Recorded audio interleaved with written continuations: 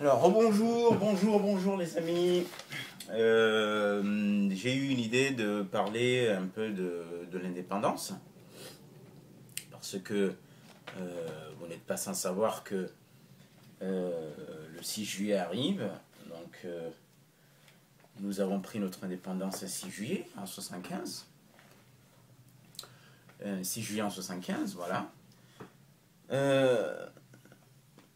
On ne peut pas s'empêcher de s'interroger sur ce que nous avons fait de cette indépendance et quel chemin nous avons pris depuis 1975.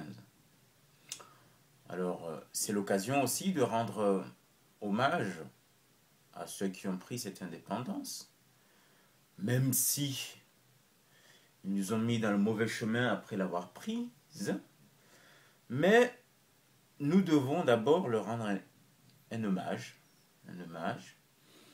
parce que, contrairement à ceux qui étaient leurs contemporains, qui étaient contre la prise de l'indépendance immédiate en tout cas, moi je pense que une indépendance, il faut la prendre dès qu'on a l'occasion. Hein? En résumé, nous connaissons les courants qu'il y avait à l'époque, à commencer par Selma Mečić, qui n'a cessé de lutter que pour un agrandissement des moyens, une autonomie interne qui devait être renforcée par une allocation de beaucoup plus de moyens. C'est ce qu'il faisait. C'était son exercice préféré à l'Assemblée française. C'est qu'il demandait plus de moyens. Peut-être qu'il pensait qu'il fallait qu'on ait un peu plus de moyens économiques avant de demander l'indépendance. Quand les autres pays africains demandaient l'indépendance, lui, il était pour une autonomie interne. Et là, je pense qu'il y a Saïd Ibrahim qui le rejoint là-dessus, c'est que aucune indépendance sans indépendance économique. C'est un argument ce sont des arguments qui sont tenables. Surtout quand on voit aujourd'hui ce qui se passe.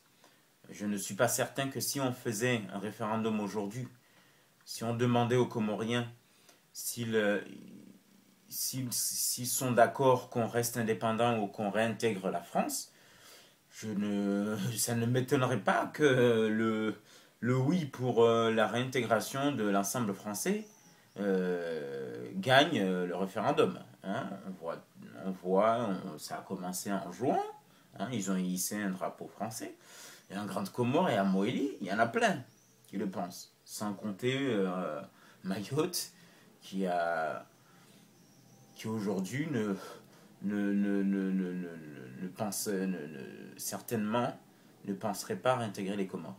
Mais ça, c'est un autre sujet. Donc oui, ce sont des arguments tenables. D'autant plus que moi-même, je dis, ne serait-ce que l'exercice que nous faisons aujourd'hui, tous les jours, c'est que cette insolence et cette liberté de parole qu'on peut se donner ici, là où nous sommes, partout, c'est parce qu'on a une indépendance économique. L'insolence, en tout cas, quand je parle d'insolence, c'est pas être mal poli, mais l'insolence dans les idées, dire je suis pas d'accord.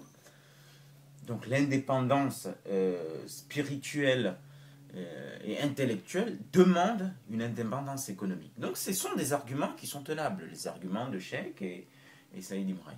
Mais moi, je serais plutôt du côté d'Ahmed Sékou Touré, c'est-à-dire que l'indépendance, il n'y a pas de meilleur moyen pour être indépendant. Avant de demander, si on demande une indépendance, ça veut dire que nous avons été colonisés. Et il y a une date pour la colonisation. Donc avant la colonisation, nous étions indépendants. Donc pourquoi on ne peut pas retrouver cette indépendance? Il faudrait attendre une soi-disant indépendance économique. Hein? Avant, on était libre. on est venu on nous a colonisés, et maintenant il faudra attendre je ne sais pas quoi, et d'ailleurs je ne sais pas à partir de quelle mesure on jugerait que maintenant on peut demander l'indépendance. Il faudrait avoir quel PIB par habitant, quelle croissance pour demander l'indépendance. Pour moi, c'est un faux débat. On était libre, on redevient libre. Donc moi, je pense que si j'étais contemporain de ces gens-là, je serais je serais plus dans la mouvance Sékou Touré, hein, en tout cas. Voilà. Alors, qu'est-ce que nous avons fait de cette indépendance? Ben, écoutez, je pense que on n'a rien fait de cette indépendance. Aujourd'hui, on constate que notre pays va de mal en pis. Le chômage est exorbitant. Je ne fais que des constats banals qui sont connus par tout le monde. Un chômage est exponentiel. Des arriérés de salaire des fonctionnaires. Il n'y a même pas le minimum, ni eau, ni électricité. Et on peut compter jusqu'à énumérer les problèmes. Alors, la question qu'il faut se poser, c'est pourquoi sommes-nous arrivés là? Moi, il y a beaucoup de raisons. Il y a les forces extérieures, hein, il y a la France, il y a d'autres soucis qui viennent d'ailleurs, des gens une puissance qui ne veut pas nous voir passer un cap. Mais surtout, le problème vient de nous-mêmes. Moi, je préfère me regarder moi-même avant de regarder les autres. Je pense que, comme partout en Afrique, contrairement à ce qu'a dit Sarkozy, l'Afrique est... parce que Sarkozy disait que l'Afrique n'est jamais rentrée dans l'histoire. Contrairement à ce qu'il pense, l'Afrique est rentrée dans l'histoire, mais il y a de cela longtemps. Ce qu'il entendait par là, comme il l'a détaillé, c'est que l'Africain reste dans un cercle traditionnaliste, de gestes répétitifs, et c'est une réalité, ce qu'a dit Sarkozy. Là où il a eu tout fond, c'est quand il dit que l'Afrique n'est jamais rentrée dans l'histoire. Il aurait suffi d'aller lire quelques livres d'afrocentristes, Black Athena, ou aller lire un classique, de Cheikh Anta Diop, Civilisation ou barbarie, Nation nègre ou je ne sais pas quoi, il y en a plein les livres de Cheikh Anta Diop, et d'autres qui disent la grandeur de l'Afrique, des peuples africains, des nations africaines, des empires africains, dans l'Antiquité ou jusqu'au Moyen-Âge, avant la colonisation, avant l'arrivée des esclavagistes en Afrique. Donc, il aurait suffi de la part de celui qui lui a écrit le discours, parce que je pense que c'est pas lui qui a écrit le discours, d'aller lire les écrits de certains afrocentristes qui disent même que la civilisation gréco-romaine, qui est aujourd'hui la base de la civilisation occidentale, était c'est une civilisation qui a appris chez les Africains. Hein? Ça, Black Athena, Cheikh Anta Diop explique tout ça, sans compter les démonstrations qu'a fait Cheikh Anta Diop sur le fait que la civilisation égyptienne était une civilisation négroïde. Donc, dire que l'Afrique n'est jamais rentrée dans l'histoire, sans compter sur les empires Shanghai, Gang, l'empire du Ghana, et même des écrits scientifiques qui démontrent que, ne serait-ce que sur l'astronomie, ou tout ce savoir-là, l'Afrique avait déjà pris les devants, avait une avancée. Mais aujourd'hui, force est de constater que nous sommes tombés dans une vie traditionnaliste qui refuse toute modernité. Pas qu'il refuse toute modernité dans le sens, il refuse d'utiliser le portable, d'user de la voiture ou de l'électricité. Non, ça on aime ça. On aime utiliser les fruits de la modernité, mais quand c'est produit par les autres. Bon, aujourd'hui il y a quelques inventions, des gens qui ont pris conscience, une nouvelle génération qui essaie de rentrer dans cette modernité, d'invention. Je sais pas, mais c'est encore rare. Donc c'est comme chez nous aussi. Nous nous plaignons du manque de modernité. Quand je dis modernité, c'est pas le string, parce que je vois déjà les esprits mal tournés qui vont ressortir des phrases à la con de ce genre. Non, mais une modernité dans le sens où, sans abandonner notre culture, mais savoir faire un tri et positionner des priorités là où il faut. Les priorités ne doivent pas être seulement dans la tradition. Hein? Passer notre temps à répéter des traditions comme si et ériger un seul et unique projet de société la tradition. Aujourd'hui, on a l'impression que la priorité des Comoriens réside dans la tradition. Que l'État, même, parce que moi j'ai toujours tendance à dire que comment dire, la classe politique comorienne, c'est une classe qui se renouvelle. D'accord? C'est une classe qui se renouvelle. Les dinosaures ne sont plus là, même s'il y en a certains qui sont là depuis longtemps, mais on a une nouvelle classe politique. Il y a une alternance dans la classe politique. Mais malheureusement, ça continue.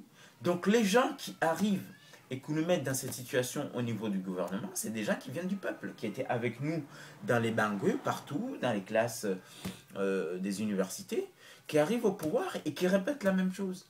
Et là où je me suis dit que ces gens-là partagent, ils viennent du peuple, c'est l'image du peuple, c'est-à-dire que le peuple prend l'État comme pas quelque chose qui est censé travailler pour le bien-être des citoyens, mais c'est comme un nouveau Mharouma. On arrive à politique, on s'enrichit, on montre aux gens que je suis devenu ministre, mais la priorité, la véritable priorité du peuple, parce que ces gens-là viennent du peuple, la véritable priorité du peuple n'est pas le bien-être, ou bien son bien-être passe ailleurs, mais en tout cas le bien-être moderne, avoir un bel appartement, avoir un travail, hein, avoir un salaire tous les mois, créer des entreprises, je ne sais pas, cette modernité-là, d'accord? Cette modernité-là, de pouvoir subvenir aux besoins de ses enfants, ça ne veut pas dire que le peuple ne dit pas j'ai envie de subvenir aux besoins. Mais il se ment lui-même, le peuple. Il se ment lui-même. C'est-à-dire que les priorités modernes, qui sont celles que j'ai citées là, ne sont pas les priorités du peuple. Et donc pas les priorités de ces gouvernants, parce que ces gouvernants ressemblent au peuple. Ils sont à l'image du peuple. Les priorités du peuple sont dans la tradition. Voilà, je ne cesse de le répéter, au risque de m'entendre que je suis guéri. Hein, ouais, guéri. Voilà, quand tu dis des choses vraies, ça fait mal aux gens, ils n'aiment pas entendre ça. On te dit, tu es guéri ou tu es la guéri. Ben oui, il faut répéter jusqu'au jour où ça va changer. Voilà, au risque d'être lourd. Hein? On va dire aussi, d'autres vont dire, je suis obsessionnel. Ben oui, mais vous êtes aussi obsessionnel dans ce que vous faites, chers compatriotes. Vos priorités sont dans une tradition qui tourne sur elle-même. Un pas en avant, deux pas en arrière. Voilà. Et vous voulez bénéficier des aspects de la modernité. Mais les aspects de la modernité demandent aussi des sacrifices intris dans tout cela. Dans cette tradition, dans ces coutumes, dans cette mentalité. Voilà. C'est ce que je voulais dire. De ce que nous avons fait de notre indépendance. Une indépendance signifie qu'il faut se prendre en charge et rentrer dans le monde contemporain. Aller dans le rythme des autres nations. Et cela veut dire que abandonner certains aspects traditionnels, hein, qui font que nous restons derrière, dans le passé, que nous ne voulons pas sortir de ce passé-là. On répète des gestes, des mentalités, hein, qui sont là depuis longtemps. Et donc, si on veut rentrer dans la modernité comme la Chine c'est une société confucéenne, traditionnaliste. Mais ils ont compris que pour gagner leur vie, il fallait rentrer dans une sorte de modernité.